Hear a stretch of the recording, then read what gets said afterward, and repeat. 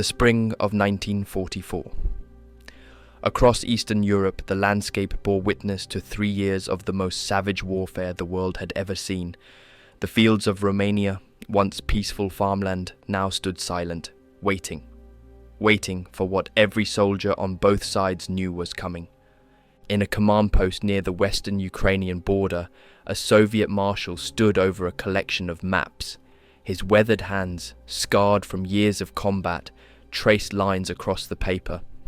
Marshal Ivan Konev had every reason to feel confident. Behind him stood the might of the Second Ukrainian Front, multiple field armies, and within that, Bogdanov's Second Tank Army, with roughly 600 armoured vehicles massed for the next push. Hundreds of thousands of men had pushed the German Wehrmacht back nearly 300 miles in just 3 months. But this wasn't just another battle. This was about oil.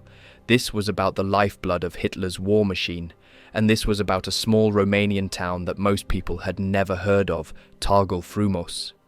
To understand what happened at Târgu Frumos, we need to go back to where Ivan Konev came from, and how he ended up commanding one of the most powerful military forces ever assembled. Konev was born in 1897 in a forgotten village in Russia's northern Dvina province. His was a world of wooden houses, dirt roads, and endless winters. When the Great War came in 1914, young Ivan was just another peasant boy.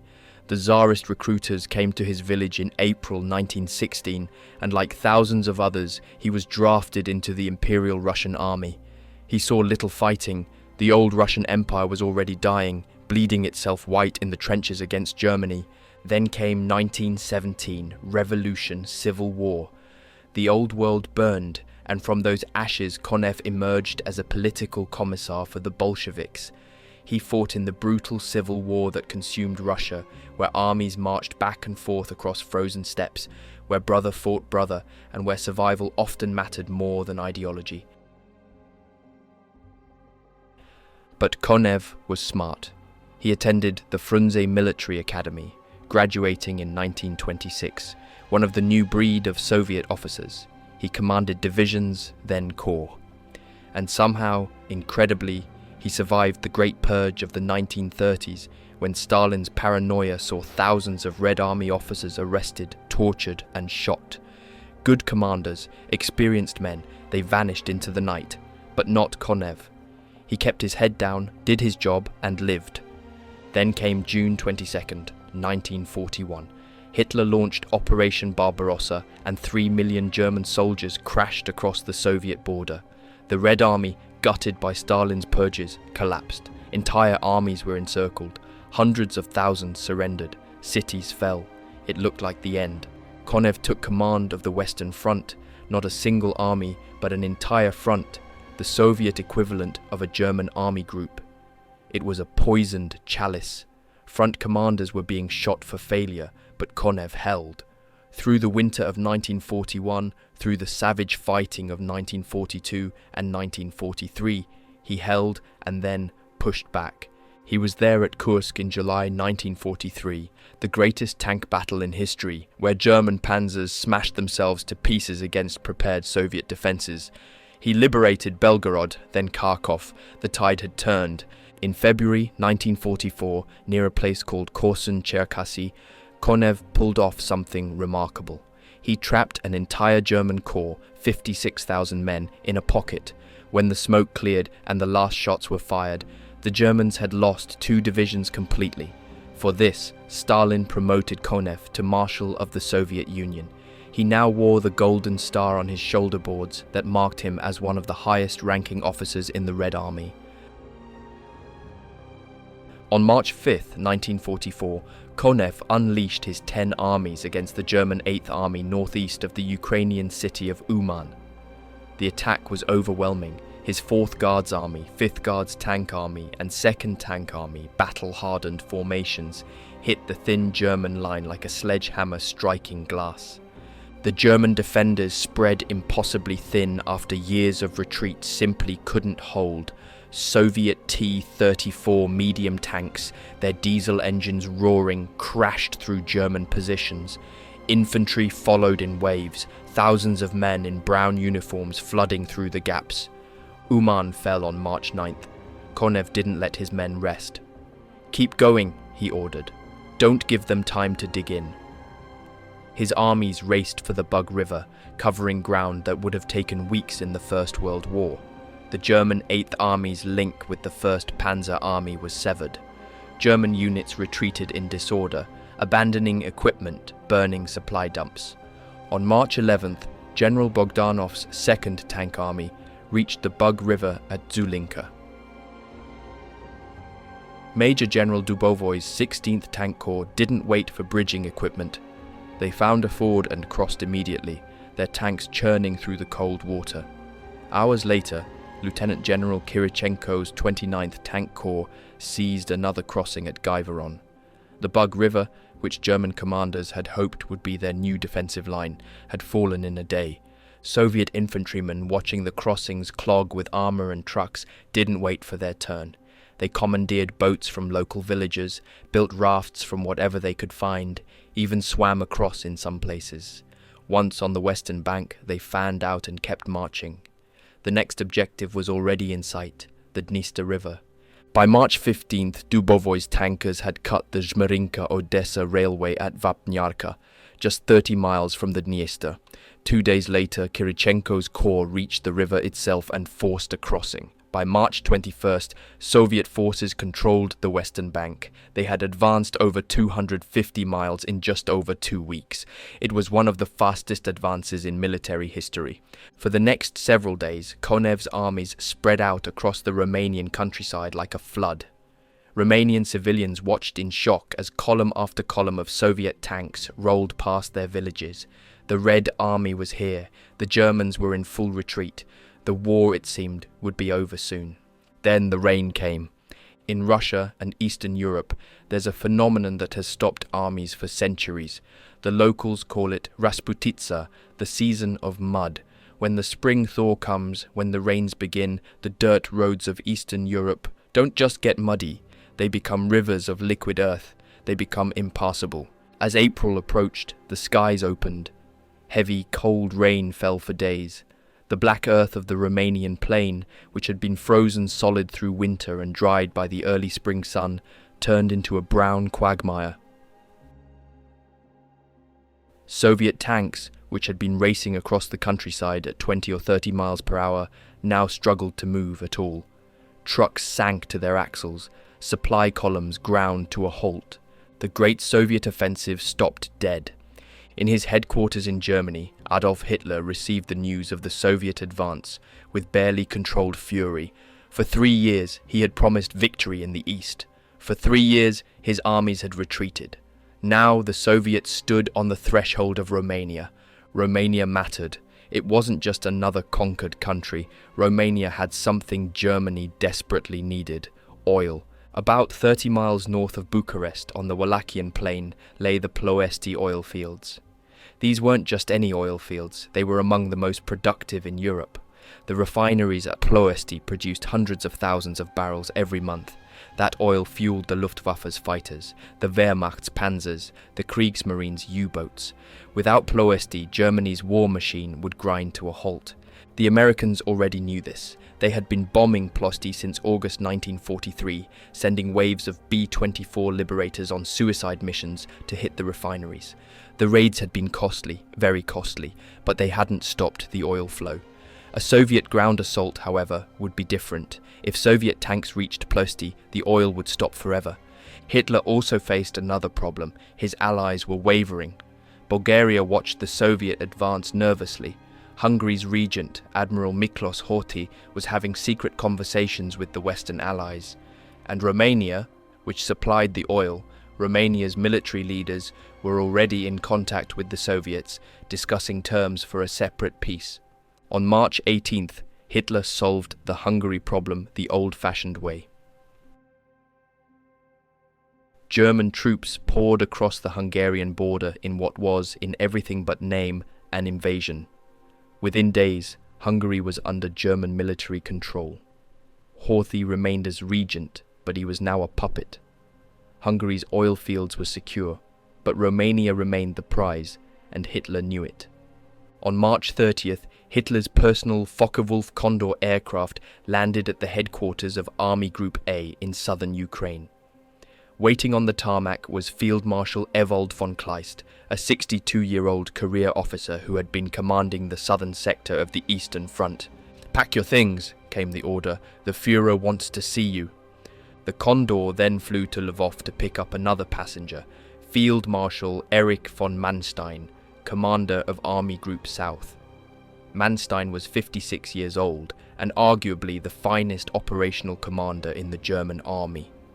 He had masterminded the invasion of France in 1940, broken through at Sedan, and led German forces in some of their greatest victories in Russia.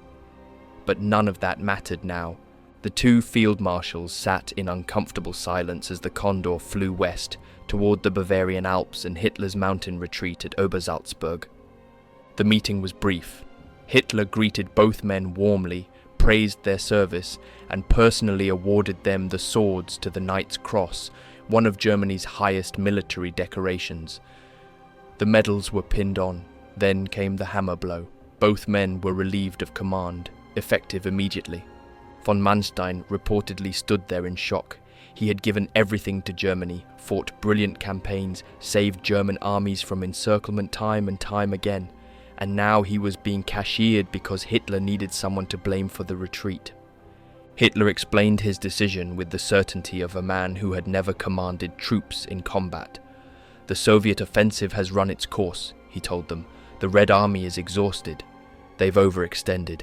We will stabilize the line, and then, after we throw the Allied invasion back into the sea in France, we will send those divisions east. We will reclaim everything that has been lost." Von Kleist, older and perhaps wiser than von Manstein, spoke up. His words were simple and direct.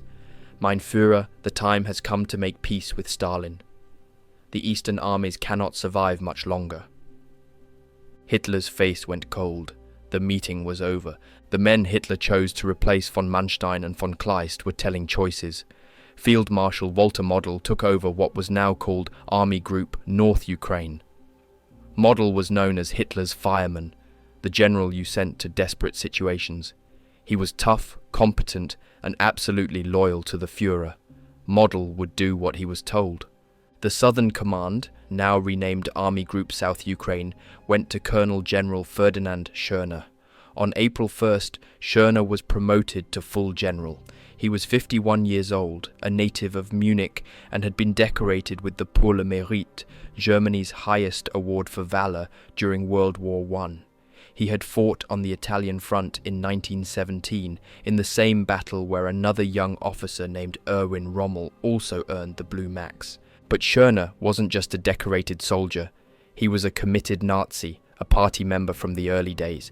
He was also known for his brutality. Schörner believed in discipline through terror. Soldiers who retreated without orders were shot. Officers who failed were court-martialed. He tolerated no excuses, no weakness. When Schörner arrived at his new headquarters, he found a message waiting from Hitler dated April 2nd. "The Russian offensive in the south has passed its climax. The Russians have exhausted their forces. The time has come to bring their advance to a standstill. While holding firm in the Crimea, you will hold or win back the following line: the Dniester northeast of Kishinev, through Jassy, to the eastern exits of the Carpathian Mountains." When I research these parts of the war, I always end up thinking about how fragile civilization really is. How fast everything humanity built, knowledge, art, invention, can vanish almost overnight. This part of the video is sponsored by Hungry Minds, an international creative group of artists, scientists, and designers. It's called The Book, the ultimate guide to rebuilding a civilization. And it's one of the most fascinating projects I've come across. Over 400 pages, covering 180 topics and 23 chapters, all illustrated in this blend of medieval art and precise engineering drawings.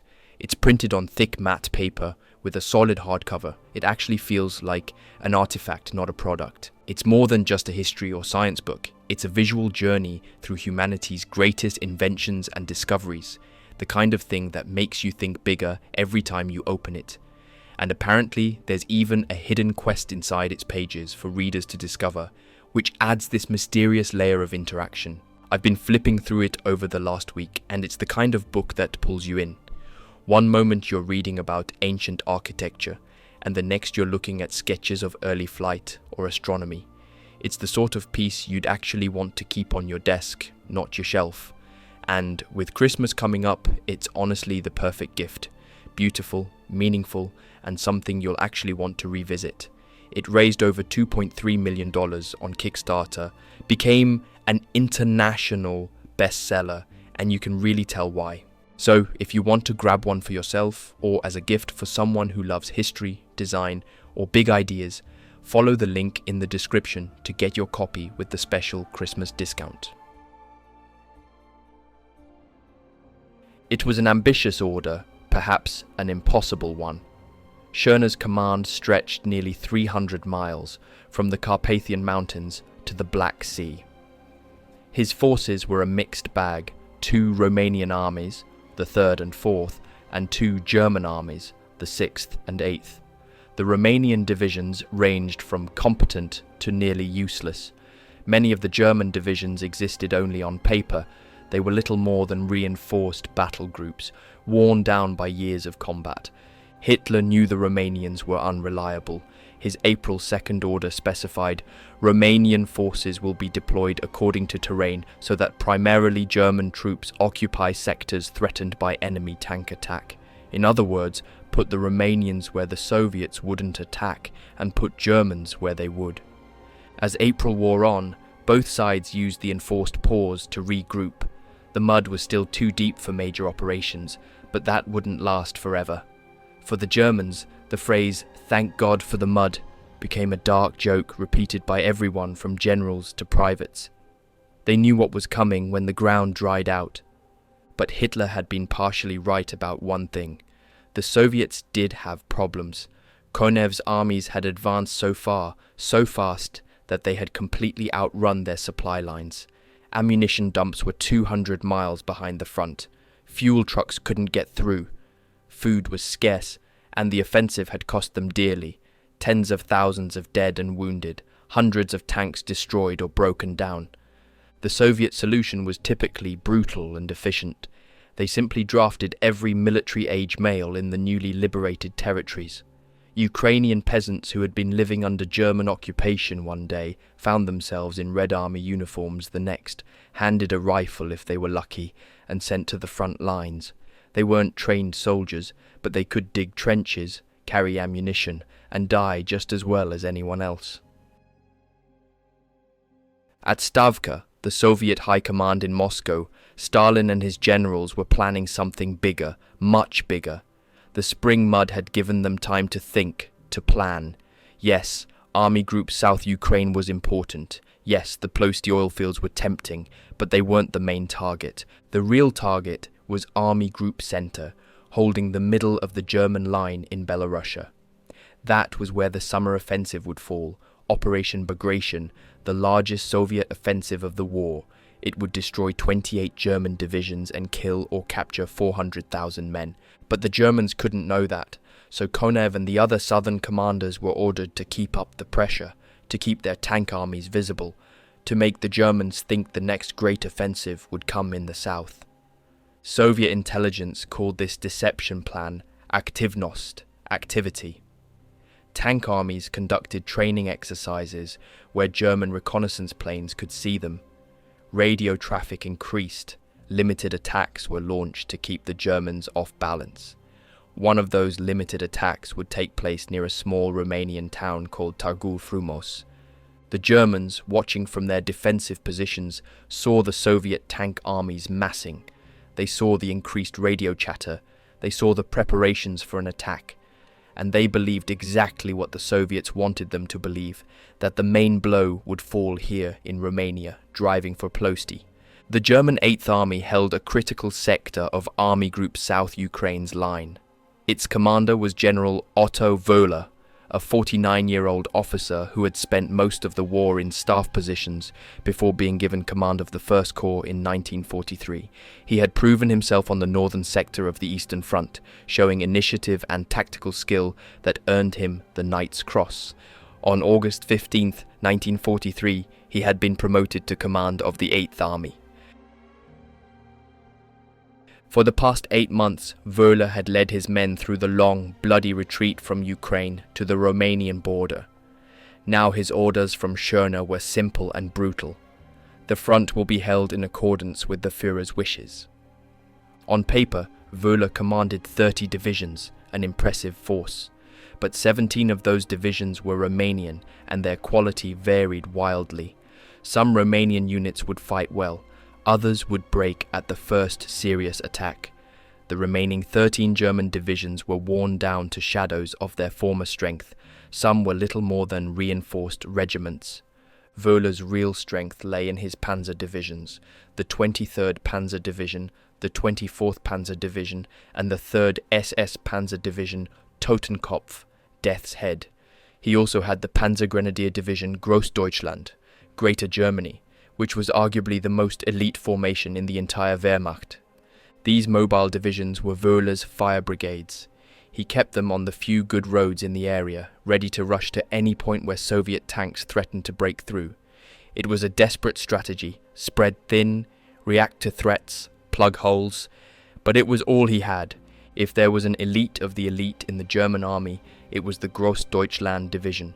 Its origins went back to before the war, to the Guard Regiment in Berlin and select units of the Infantry Training Regiment. In 1939, these units were formed into the Grossdeutschland Infantry Regiment. By April 1943, it had grown into a full Panzer Grenadier Division. What made Grossdeutschland unique wasn't just its combat record, though that was exceptional. What made it different was how it was organized. Most German divisions recruited from specific regions. The 15th Infantry Division was Bavarian, the 30th Infantry Division was Saxonian, but Grossdeutschland drew its men from all across the Greater German Reich. It was, in a very real sense, Germany's national division. From January through March 1944, Grossdeutschland had been fighting a series of brutal battles around the Ukrainian city of Kirovograd. When that city fell, the division retreated westward toward the Romanian border, fighting rearguard actions all the way. At the end of March, they reached the border and kept going, moving into Romanian territory. In early April, Soviet forces tried to cut the critical Jassy-Kishinev railway. Grossdeutschland counterattacked, stopping the Soviet advance cold. In that one engagement, the division's records show they destroyed 89 Soviet tanks and 10 anti-tank guns and inflicted severe casualties on Soviet infantry formations. The fighting from April 9th to 12th saw the first battle for the town. Soviet troops seized Târgu Frumos, and Grossdeutschland counterattacked and retook it, then dug in for the storm that everyone knew was coming in May. By mid-April, Grossdeutschland had taken up defensive positions stretching from the village of Ruginoasa, about 12 miles northwest of Târgu Frumos, to the Siret River, about 12 miles northeast of the town. They had been given time to dig in, to prepare proper defensive positions. Despite months of continuous combat, morale in the division remained remarkably high. The men knew they were good, they had the best equipment in the German army, and they had proven themselves time and again. As they dug their foxholes and positioned their guns, they carried themselves with the confidence of professional soldiers. The division's structure reflected its elite status. Each of the two infantry regiments, the Panzer Grenadier Regiment and the Fusilier Regiment, consisted of 3 battalions. Each battalion had 4 companies of roughly 100 men, plus a heavy weapons battalion. That gave the division a substantial infantry force, well-trained and well-led. Supporting the infantry was a Sturmgeschütz, assault gun battalion with 35 to 40 of the low-slung, heavily armoured vehicles. There was a pioneer combat engineer battalion and a reconnaissance battalion, though the latter was under strength after months of losses.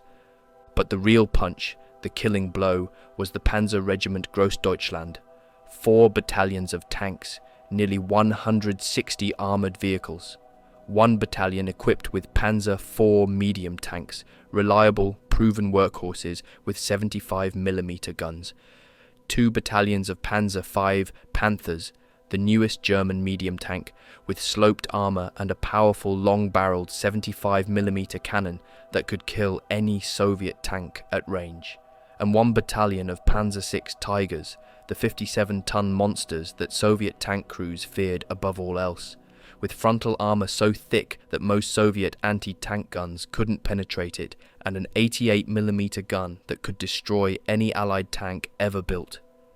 Behind the tanks came an entire armoured artillery regiment, self-propelled guns that could keep up with the panzers, and 3 batteries of 88mm anti-aircraft guns. But they were equally deadly against tanks. It was a powerful force, a division that, on paper at least, looked ready for anything. The man commanding this magnificent division was Lieutenant General Hasso Eckhard von Manteuffel, known throughout the German military simply as the Panzer Baron. Von Manteuffel didn't look like the typical image of a Prussian general.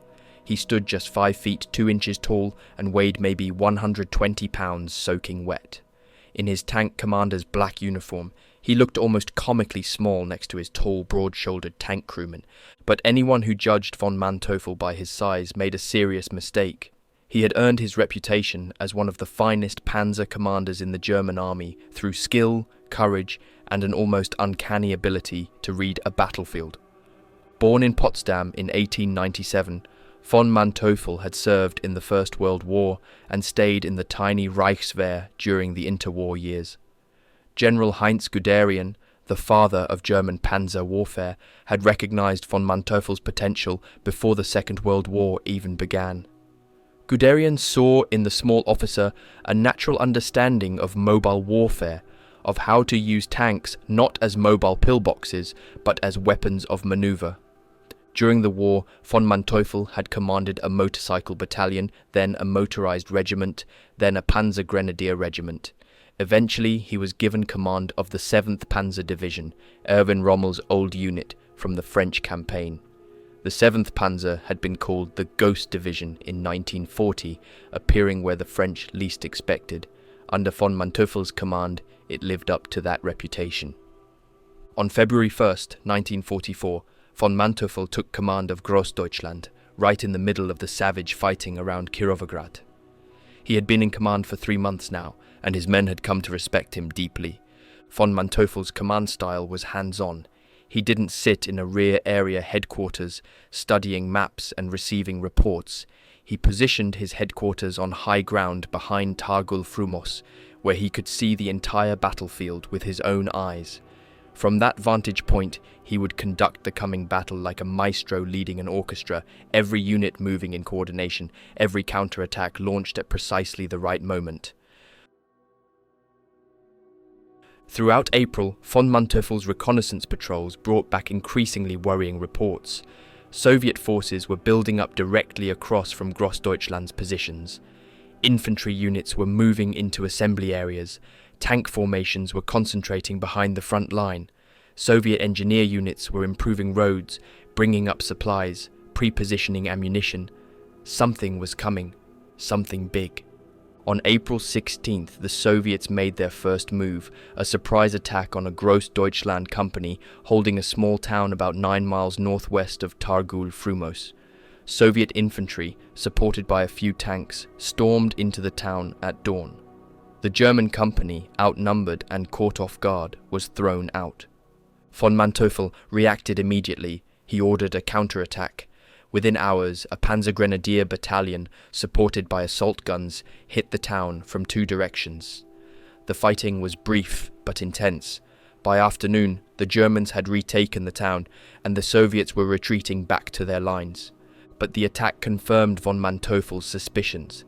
The main Soviet effort would come here, in the Târgu Frumos sector. More reconnaissance patrols went out, probing Soviet positions, trying to determine the enemy's strength. The reports they brought back were sobering. Heavy concentrations of armour, multiple infantry divisions, artillery being moved forward. The Soviets were preparing for a major offensive. Von Manteuffel decided to strike first. On April 25th, he ordered a limited spoiling attack. 2 Panzer Grenadier battalions, supported by artillery and assault guns, attacked Soviet positions on one of the commanding heights. The assault succeeded. The Panzer Grenadiers drove forward, pushing the Soviets off the hill, overrunning trenches, destroying several anti-tank guns and 3 tanks. It was a small victory, but it disrupted Soviet preparations and gave the Germans better ground. 2 days later, on April 27th, another German patrol probed Soviet positions. What they found sent a chill through the intelligence officers when they heard the report. Among the knocked-out Soviet tanks was a new type that German intelligence had heard about but rarely seen. The IS-2 heavy tank, named after Joseph Stalin himself. These monsters mounted a 122mm D-25T gun, a gun so powerful it could penetrate the frontal armour of even a Tiger tank at range. The separate loading rounds kept the practical rate of fire to about 2 to 3 shots per minute, and most tanks carried around 28 rounds. The Soviets were bringing up their newest, most powerful weapons. Von Manteuffel ordered his men to accelerate their defensive preparations. Time was running out. Von Manteuffel knew good tank country when he saw it, and the terrain around Târgu Frumos was excellent for armoured warfare. The ground north of the German positions, where the Soviets were, was higher, giving the enemy observation advantages. But most of the Soviet-held hills that could be used for observation posts were 5 or 6 miles away, too far to see German positions in detail. Between the Soviet lines and Târgu Frumos lay relatively open ground, gently rolling terrain with few natural obstacles. It was perfect for a massed tank attack. Soviet commanders would see this and plan accordingly. They would send their armour straight across that ground at high speed, hoping to crash through German lines and exploit deep into the rear. But that open ground also meant German guns would have clear fields of fire. The key was to make the Soviets pay a terrible price for every yard they advanced. Von Manteuffel positioned his Panzer Grenadier Regiment and Fusilier Regiment along the main line of resistance. The men dug deep foxholes, built bunkers, created interlocking fields of fire. Anti-tank guns, 75mm and 88mm cannons, were dug in and camouflaged. Assault guns were positioned in defilade, hiding behind rises in the ground where they could fire from ambush. The commanding heights west of the village gave the Germans excellent observation points. From those heights, German forward observers could see Soviet tanks forming up and call in artillery strikes. Hills further west provided similar observation advantages. About a mile behind the main defensive line, the Germans constructed a second line of entrenchments, another belt of foxholes, anti-tank guns, and machine gun positions. If the Soviets broke through the first line, they would immediately run into the second. The powerful Panzer Regiment Grossdeutschland was kept in reserve near Târgu Frumos itself. Von Manteuffel's plan was simple: let the Soviet tanks come, let the infantry and anti-tank guns bleed them.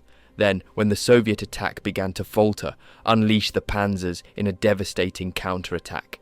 It was a classic German defensive doctrine: absorb the attack, counterattack with mobile reserves, destroy the enemy. As April turned to May, the German troops waited. The tension built daily. Everyone knew the attack would come soon. The only question was when. May Day. In the Soviet Union, May 1st was a sacred holiday, the celebration of workers, of the revolution, of the international proletariat. Throughout the war, Soviet commanders had often launched offensives on significant dates. May 1st seemed perfect. German aerial reconnaissance on the morning of May 1st brought back alarming reports. Across the front from Grossdeutschland's positions, Soviet tanks and infantry were massing in unprecedented numbers. Tank companies were forming up. Infantry regiments were moving into assault positions. Artillery pieces were being positioned hub to hub. The attack would come today. Everyone was certain of it. German soldiers checked their weapons for the 10th time. Machine gunners test-fired their MG-42s. Anti-tank gun crews checked their ammunition supplies. Tank commanders made sure their crews were ready. Officers walked the lines, calming nervous young soldiers, joking with veterans who had seen it all before. The sun climbed higher. 8 a.m. passed, then 9 a.m., then 10 a.m. Nothing happened. The day wore on. German soldiers sat in their foxholes, weapons at the ready, eyes scanning the horizon. The waiting was almost worse than combat. At least in combat you could do something. Waiting, just waiting for death to arrive, that was harder. The sun began to set. Still nothing. As darkness fell on May 1st, men began to breathe a little easier. Some allowed themselves a grim smile. They had been granted one more day of life. Officers ordered 1/3 of each unit to get some sleep, while the others maintained watch. In their foxholes and bunkers, exhausted German soldiers tried to rest, knowing that tomorrow they would come. Von Manteuffel stood at his headquarters overlooking the valley, smoking a cigarette in the darkness. He knew the Soviets were there, just beyond visual range. Why hadn't they attacked? Logistical problems, a change of plan, or were they simply building up even more strength? It didn't matter. They would come. Soon. Dawn arrived at approximately 4 a.m. on May 2nd. The first rays of sunlight began to paint the eastern sky a pale grey. German sentries, who had been staring into the darkness all night, blinked tired eyes. Then, at 4:07 a.m., the world exploded. Soviet artillery, hundreds of guns, opened fire simultaneously. The sound was like nothing most men had ever heard. It wasn't individual explosions. It was a continuous roar, like standing next to a massive waterfall. The shells came screaming down on German positions, and the earth itself seemed to shake. German soldiers clawed deeper into their foxholes, pressing themselves against the earth as if they could burrow into it. Shells burst all around them, dirt and debris rained down. Men screamed, some from wounds, others from pure terror, but most of the German positions had been well constructed. The shells churned up earth, collapsed some trenches, destroyed a few bunkers. Some men were killed, others wounded, but most of the defensive line held. The bunkers were deep, the foxholes were properly constructed. The Germans had learned over 3 years of war against the Red Army how to survive an artillery barrage.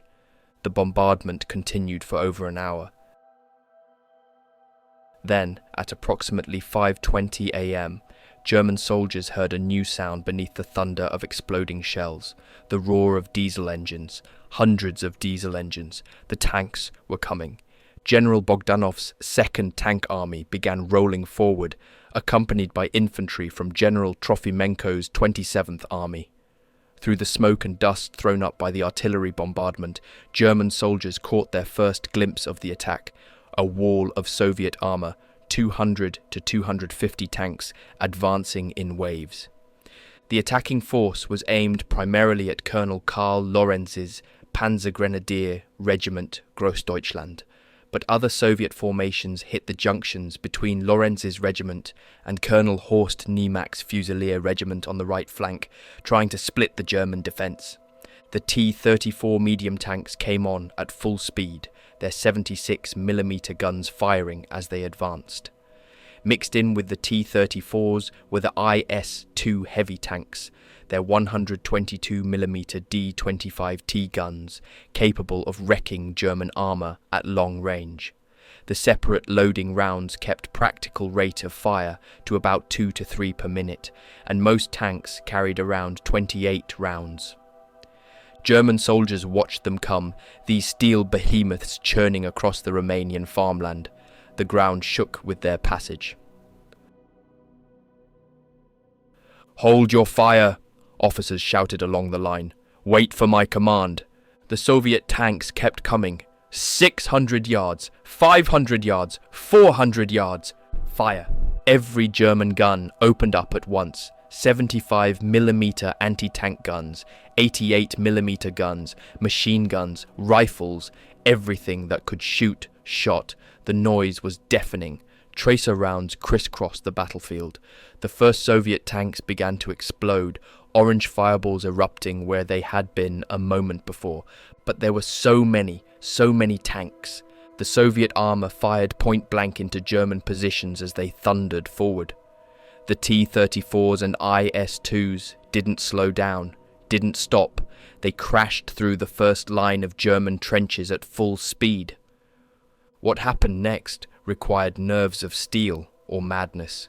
German Panzer Grenadiers, crouched in their foxholes, watched as 30-ton T-34s and 46-ton IS-2s drove straight over their positions. The tanks didn't stop to fight the infantry. They left that to the Soviet infantry following behind. The tank commanders were focused on penetrating deep, reaching Târgu Frumos, breaking through to the rear areas.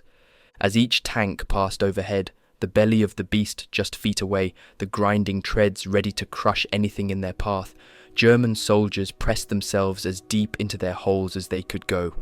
It took incredible courage not to panic, not to jump up and run.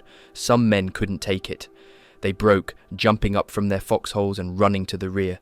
Soviet tank machine gunners cut them down as they ran. Others were crushed beneath the steel treads, their screams cut short, but most of the Panzer Grenadiers held. They let the tanks pass over them, waited for the trembling to stop, then climbed out of their foxholes and prepared to face what came next: Soviet infantry. The Red Army infantrymen came in waves, hundreds of them, wearing brown uniforms and carrying PPSH submachine guns and Mosin Nagant rifles. Many had been riding on the backs of the tanks, but German machine gun fire had swept most of them off. Now they came on foot, running across the broken ground, shouting "Ura!" the Russian battle cry. German MG-42 machine guns opened up, their distinctive sound, like ripping cloth but impossibly loud, cutting across the battlefield. Each gun could fire 1,200 rounds per minute. Soviet infantry fell in windrows, but more kept coming. The 1st Battalion of the Panzer Grenadier Regiment was hit particularly hard. Soviet tanks had smashed through their positions, and now Soviet infantry was all around them. The battalion commander made the call: fall back to the secondary line. "Move back, boys!" Lieutenant Bernhagen, commanding 1st Company, shouted to his men, but it was too late. A wave of Soviet infantry appeared out of the smoke and dust, barely 50 yards away. Some of Bernhagen's men turned to face them, firing their rifles and machine pistols until they were overwhelmed. Others raised their hands in surrender.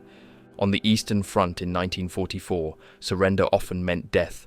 The war had been too brutal, too savage for either side to show much mercy during the heat of battle. Prisoners were taken after fighting ended, but during combat itself, the Soviet infantry swept forward, firing into the surrendering Germans. Lieutenant Bernhagen and most of his company died in that field.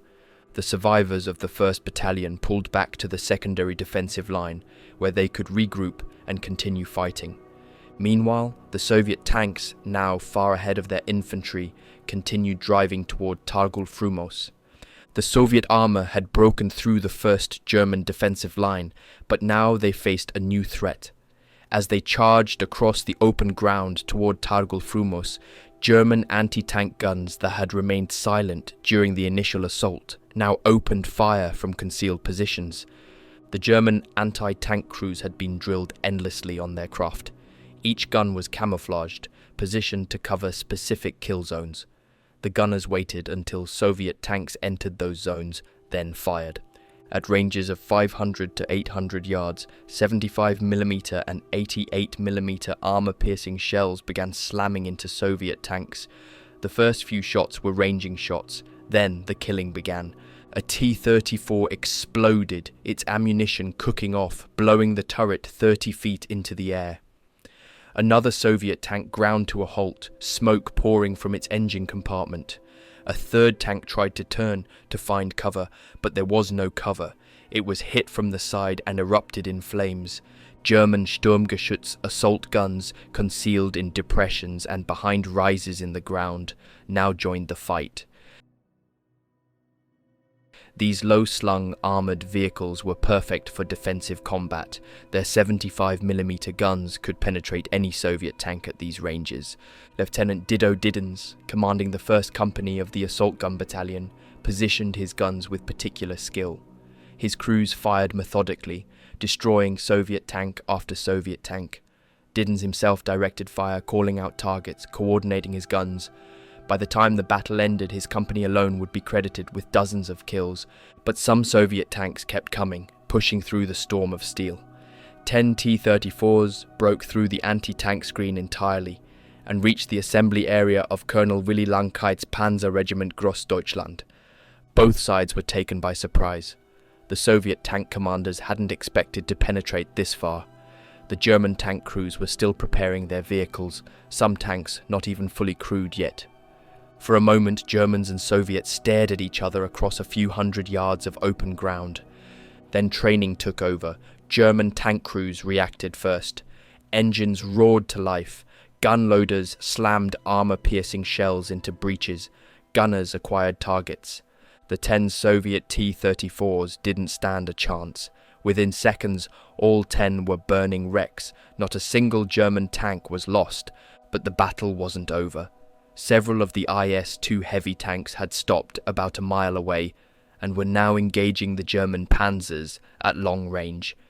Their 122mm guns could penetrate German armour even at 1,500 yards. Von Manteuffel was at Langkeit's headquarters when the first shells from the IS-2s began landing nearby. At first, both officers thought it was friendly fire, German artillery falling short. Then they realized the truth: Soviet heavy tanks firing from extreme range. Von Manteuffel immediately ordered Major Herbert Gumil's 3rd Battalion, the Tiger Battalion, to deal with the threat.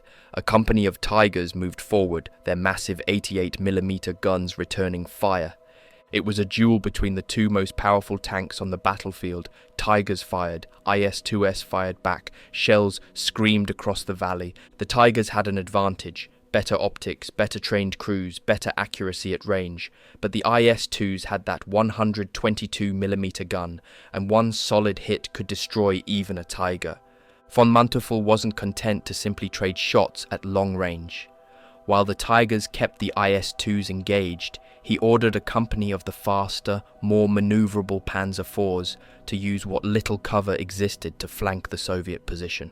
The Panzer IVs moved quickly, using folds in the ground, staying in defilade whenever possible.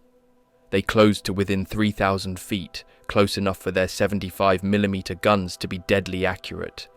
Then they opened fire. At that range, aiming for the sides and rear of the IS-2s, the Panzer IVs couldn't miss. Soviet tanks exploded one after another.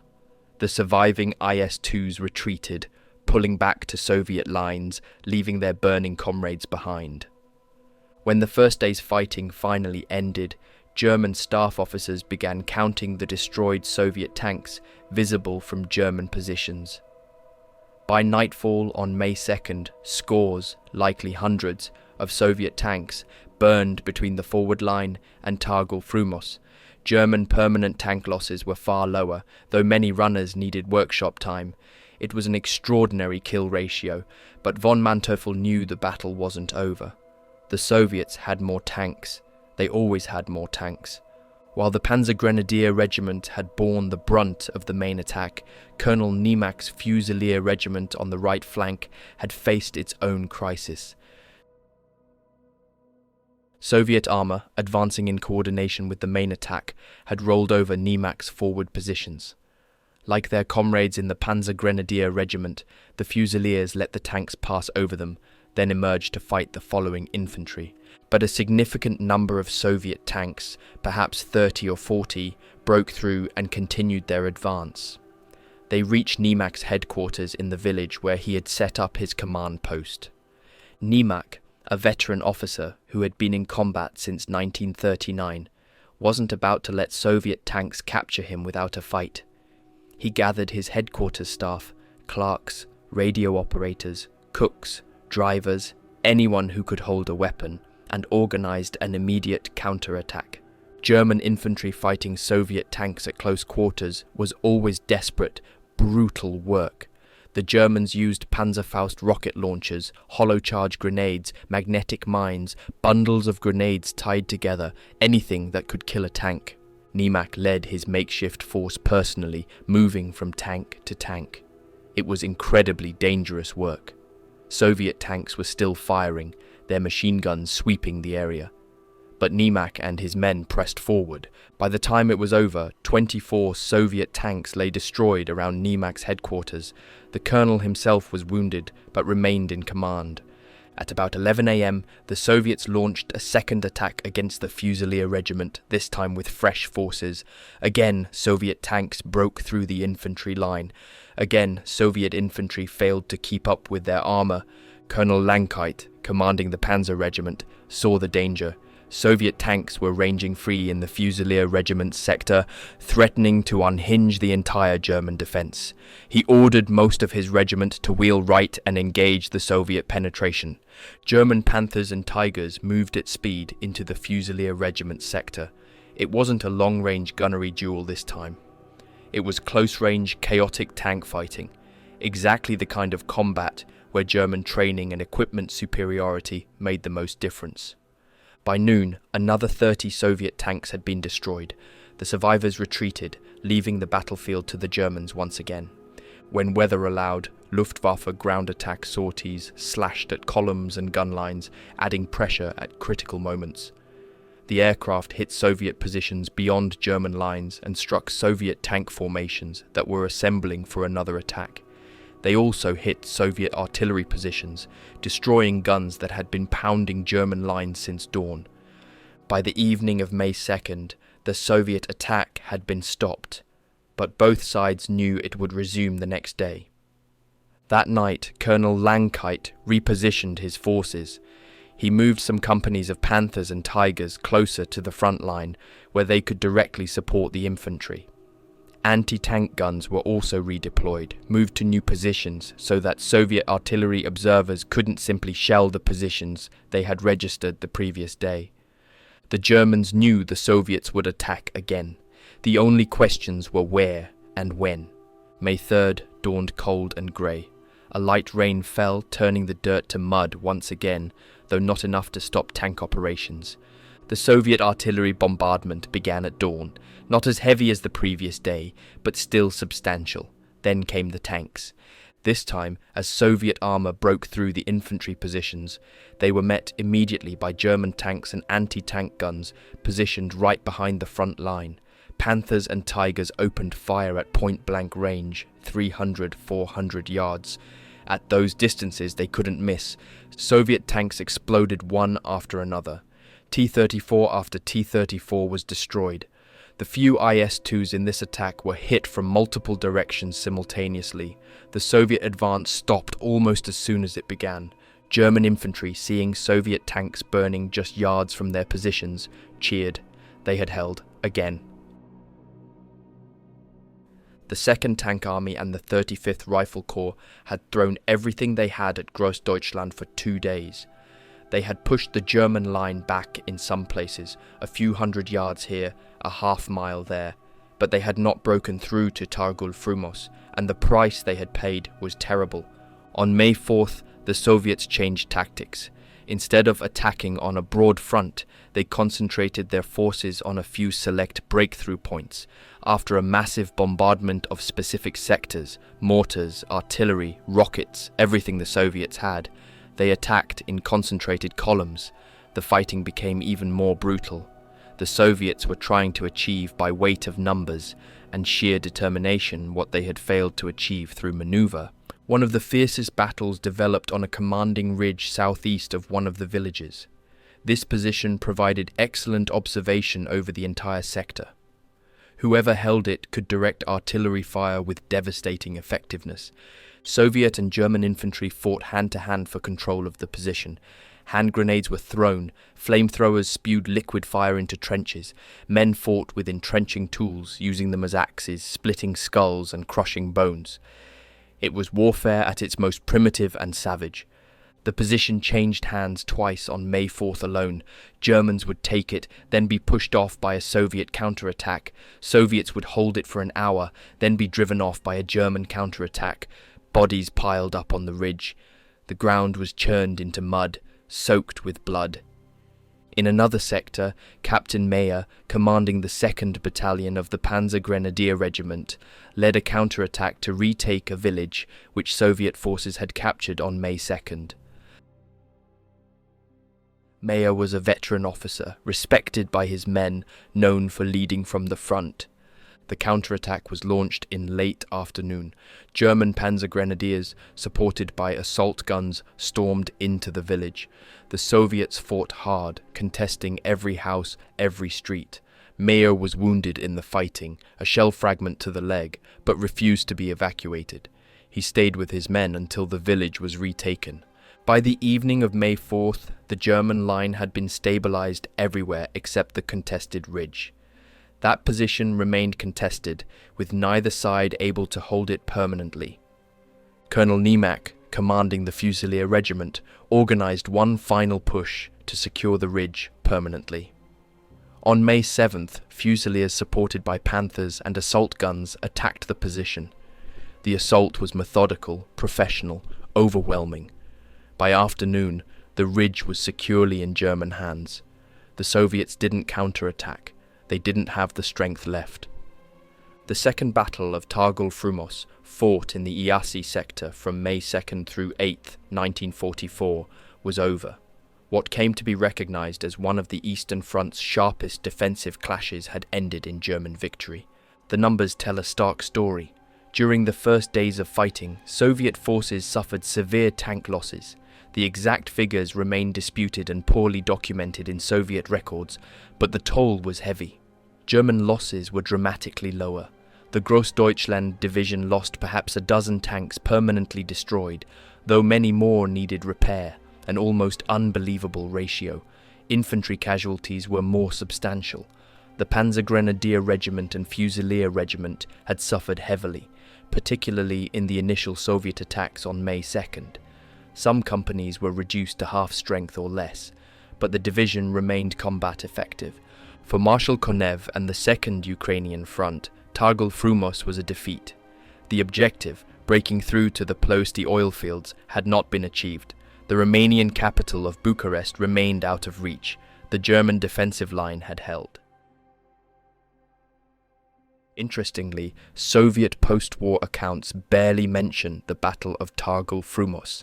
In the official Soviet histories of the Great Patriotic War, this battle gets perhaps a paragraph, if that. The Soviets preferred to focus on their victories, not their defeats, and Târgu Frumos was, undeniably, a defeat. But the larger strategic situation hadn't really changed. Yes, the Germans had won a tactical victory. Yes, they had destroyed hundreds of Soviet tanks. Yes, they had held their line. But the Red Army had more tanks. They had more men. They had more ammunition, more fuel, more everything. The Soviet offensive in Romania was finished for the moment, but only for the moment. The Red Army would be back. While Grossdeutschland was fighting at Târgu Frumos, larger events were unfolding elsewhere. In Italy, Allied forces were preparing for their breakout from the Anzio beachhead. In France, millions of Allied soldiers, thousands of ships, and endless streams of supplies were gathering in southern England for the invasion that everyone knew was coming. On June 6, 1944, just 1 month after Târgu Frumos, Allied forces would storm ashore in Normandy. D-Day would open a second front in Western Europe that Germany could not afford. And on June 22, 1944, exactly 3 years after Hitler invaded the Soviet Union, Stalin would unleash Operation Bagration. This massive offensive against Army Group Center would destroy 28 German divisions in a matter of weeks. It would be the greatest defeat in German military history, even worse than Stalingrad. The limited offensive at Târgu Frumos had served its strategic purpose perfectly. It had convinced German intelligence that the next major Soviet offensive would come in the south, driving for the Romanian oil fields. German reserves, precious panzer divisions that were desperately needed elsewhere, were kept in Romania, waiting for an attack that would never come. When Bagration fell on Army Group Center in June, those divisions were 600 miles away, unable to help. By the time they could be moved north, it was too late. Army Group Center had ceased to exist. The German victory at Târgu Frumos bought time, but not much time. For the next few months, the front in Romania remained relatively quiet. Both sides licked their wounds, rebuilt their forces, waited. Then, in August 1944, the Red Army came back. This time they came in overwhelming force. The Jassy-Kishinev offensive, launched on August 20th, involved over 90 divisions, more than 1 million men. It was one of the most decisive operations of the entire war. Within a week, the Romanian 3rd and 4th Armies had been destroyed. German forces were encircled in 2 massive pockets. On August 23rd, King Michael of Romania launched a coup, overthrowing the pro-German government of Marshal Antonescu. Romania switched sides, joining the Allies. The Plesty oil fields, the prize that Hitler had fought so hard to protect, were occupied by Soviet forces on August 30th.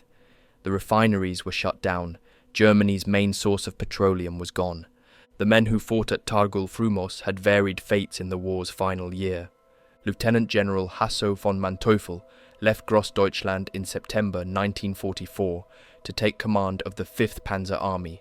He led that army during the Battle of the Bulge in December 1944, Germany's last major offensive in the West. When the Bulge offensive failed, von Manteuffel was transferred back to the Eastern Front. He surrendered to British forces in May 1945. After the war, von Manteuffel served a brief prison sentence for his role in the execution of German soldiers accused of desertion. He was released in 1947 and later served in the West German Parliament. He died in 1978, respected as one of Germany's finest combat commanders.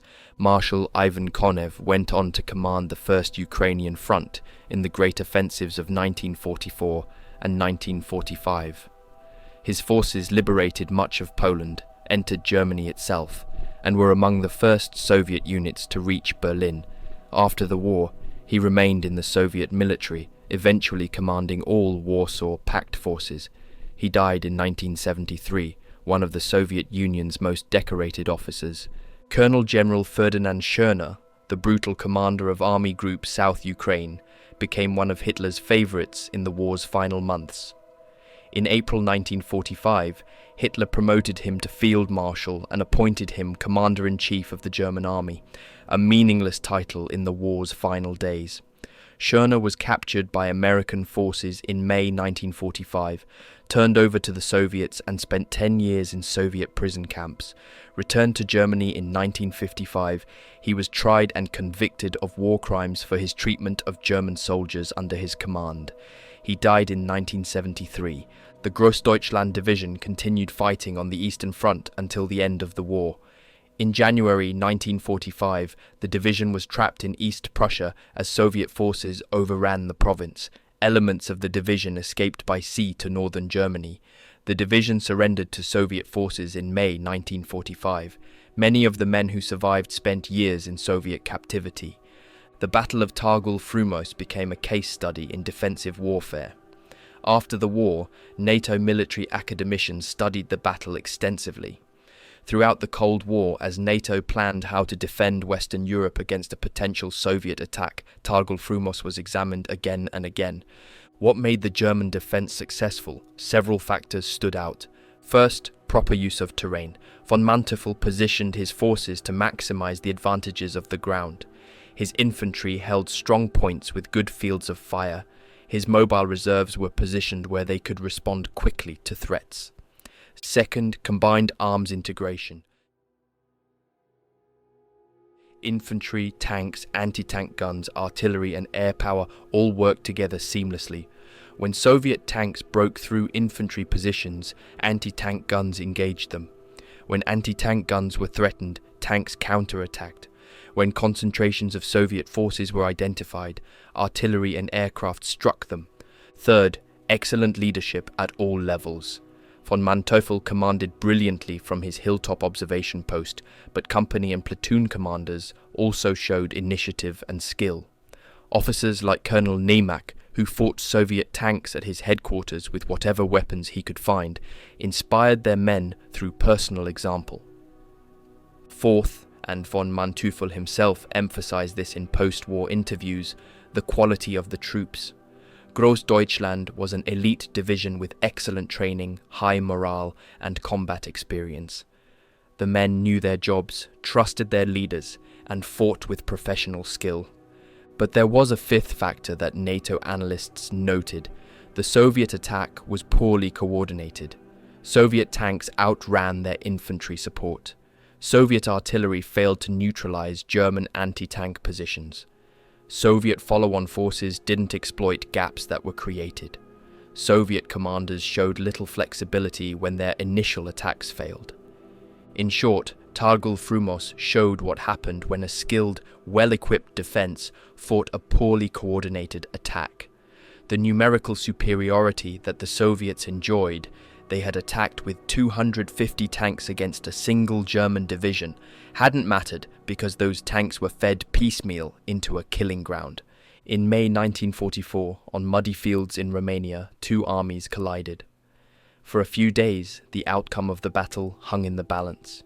If the Soviets had broken through, if they had reached Târgu Frumos and the roads beyond, they might have pushed on to Ploiești. Germany's oil supply might have been cut off months earlier. The war might have ended sooner, but they didn't break through. A single German division, superbly led, well-equipped, professionally trained, stopped them cold. Years after the war, von Manteuffel was asked about Târgu Frumos. His response was characteristically modest. In spite of the most careful preparations, the decisive factor in defense was the combat potential of the troops. It was this which allowed the defense to achieve the results it did, a huge fiasco for the Russians. A huge fiasco for the Russians, perhaps. But in the grand sweep of the war, Târgu Frumos was only a temporary setback for the Red Army. 3 months later, they came back stronger and Romania fell. 6 months later, they were in Budapest. 8 months later, they were in Berlin. Tactical victories, no matter how impressive, could not change the strategic reality of 1944. Germany was fighting a war it could not win, against enemies it could not defeat, with resources it did not have. The Panzer Baron and his men had won their battle, but they were losing the war. The Battle of Târgu Frumos stands as one of the most one-sided defensive victories of World War II. Hundreds of Soviet tanks destroyed over several days against minimal German losses. It was a masterclass in defensive warfare studied by military professionals for decades afterward. But for the men who fought there, German panzer grenadiers crouching in foxholes as 46-ton tanks rolled over them, Soviet tank crews burning to death in their vehicles, Romanian civilians caught between two armies, it was simply hell on earth. War is not about kill ratios and tactical analysis. War is about young men dying far from home, fighting for causes they may not fully understand, in places they never wanted to be. Târgu Frumos was a German victory. But like so many German victories in the last years of the war, it changed nothing. The Red Army kept coming, the war ground on, and in the end, Germany fell. The fields around Târgu Frumos are quiet now. The burned-out tanks were cleared away decades ago. Grass grows where men once died. But the memory of that spring in 1944, when the Panzer Baron made his stand, remains. And that brings this video to a close. I hope you found it interesting and learned something new.